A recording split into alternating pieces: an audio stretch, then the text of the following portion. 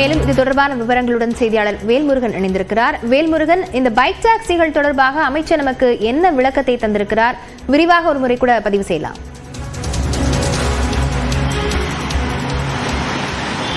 லாவண்யா, குறிப்பாக இந்த bike taxi விவகாரம் அப்படிங்கிறது ஒரு நீண்டகால பிரச்சனையாக ஆட்டோ ஓட்டுநர் சங்கங்கள் அதே போல கார் ஓட்டுநர் சங்கங்கள் தெரிவித்து வர்றதை பார்க்கிறோம். ஏன்னா யார் வேண்டுமானாலும், குறிப்பாக ஒரு பைக் வைத்திருக்கக்கூடிய உரிமையாளர்கள் யார் வேண்டுமானாலும் இது போன்ற ஆப்புகளை பயன்படுத்தி தற்போது பேசஞ்சர் நம்ம ஒரு இடத்துக்கு டிராவல் பண்ணி கொண்டு போறதுக்கான அந்த அனுமதி என்பது அந்த ஆப் மூலமா கிடைக்கிறது.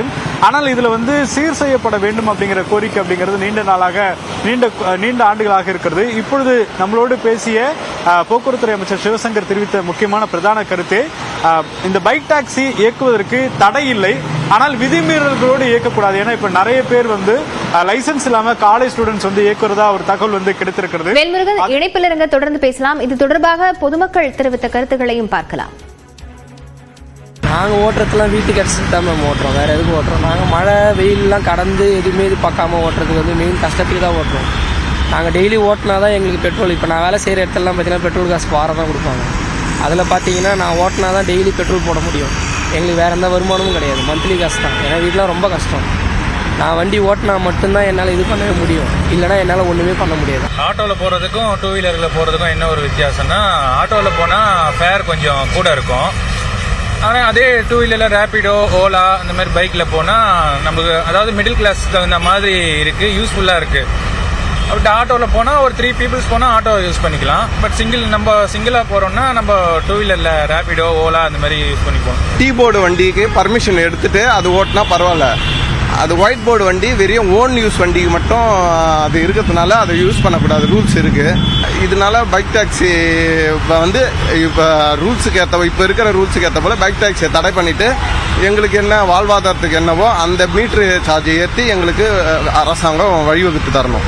நாங்கள் இந்த மாதிரி வேலைக்கு போயிட்டு இருக்கோம், எங்களுக்கு 10 ரூபா கிடைக்குது, அதில் இங்கூடி ஏதாவது ஒன்று பண்ணோம். காலேஜ் பசங்களாம் போகிறாங்க, அவங்களுக்கு கை செலவுக்கு வேணும், அது போக அவங்களுக்கு புக்ஸு அது இதுன்னு வாங்கணும். நம்மக்கிட்ட பேசும்போது அவங்க ஒரு மாதிரியா கண்ணீர் விட்டு பேசுகிறாங்க. இப்போ இன்றைக்கி கவர்மெண்ட் இந்த ரேப்பிடோ முடக்கிட்டாங்கன்னா பல இளைஞர்களுடைய வேலைவாய்ப்பு கேள்விக்குறியாகும். ஏன் வேலைவாய்ப்பு கேள்விக்குறியாகும்னா, படிக்கும் போது அவங்களுக்கு வேறு எந்த வேலையும் செய்ய முடியாது.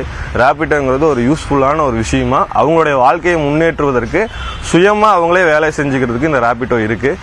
வாழ்வாதாரம் இப்போ 25 ரூபா கிலோமீட்டருக்கு போட்டுட்டு நம்மளுக்கு 11 ரூபா தான் தராங்க. அதே பைக் காரனுக்கும் 12 ரூபா தராங்க. இது ஆட்டோவுக்கு நாங்கள் கிட்டத்தட்ட 9,000 ரூபா 8,000 ரூபா ஒரு இதுக்கும் இன்சூரன்ஸ் கட்டுறோம்.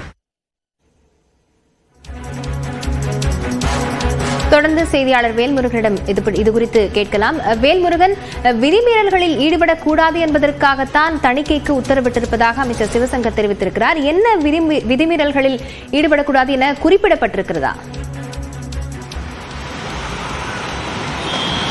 இப்போ குறிப்பா பிரதானமாக ஒவ்வொரு இந்த மாதிரி பைக் டாக்ஸில போகக்கூடியவங்க இன்னொரு நபர்களாக இருக்கிறாங்க. அவங்களுக்கு இன்சூரன்ஸ் அப்படிங்கிறது இதுல கிளைம் ஆகுமா ஆகாதுங்கிறது ஒரு பெரிய கேள்வியா இருக்கிறது. ஏன்னா பெரும்பாலும் இன்சூரன்ஸ் இப்போ வறுமையில இருக்கக்கூடிய ரேப்பிடோ போன்ற வாகனங்களை இயக்குறாங்க. அதனால அவங்க அந்த தேர்ட் பிரீமியம் அப்படிங்கிற மாதிரியான பெரிய அளவுல முழுமையான இன்சூரன்ஸ் அப்படிங்கறது எடுத்து வைக்காத நிலையில அவங்களுக்கு கூட பயணிக்கக்கூடியவங்களுக்கு விபத்து ஏற்படக்கூடிய சூழல் இருந்தா அதுக்கான ஒரு கிளைம் அப்படிங்கிறது ஒரு பெரிய சவாலாக இருக்கிறது. அதே போல பொதுவாகவே இந்த எல்லோ டாக்ஸி, அதாவது குறிப்பா மஞ்சள் நிறத்தில் இருக்கக்கூடியவங்க தான் வாடகை முறையில இயக்கணும் அப்படிங்கிற மாதிரி தற்போது தொடர்ச்சியா ஆட்டோ ஓட்டுநர் சங்கம், கார் ஓட்டுநர் சங்கம் சொல்றாங்க. ஆனா இப்போ இவங்களுக்கு எந்தவித கட்டுப்பாடும் இல்லைன்ற ஒரு குற்றச்சாட்டு இருக்கு. இது மாதிரியான ஒரு சவால்களான நிறைந்த நிலையில தான் இதுக்கு ஒரு விதிமீறலோட இருக்கக்கூடிய வாகனங்களை முதல்ல தணிக்கை செய்யணும் அப்படிங்கிறது போக்குவரத்துடைய ஒரு முக்கியமான இது இருக்கு. குறிப்பா இது வெறும் ரேப்பிடோ மட்டும்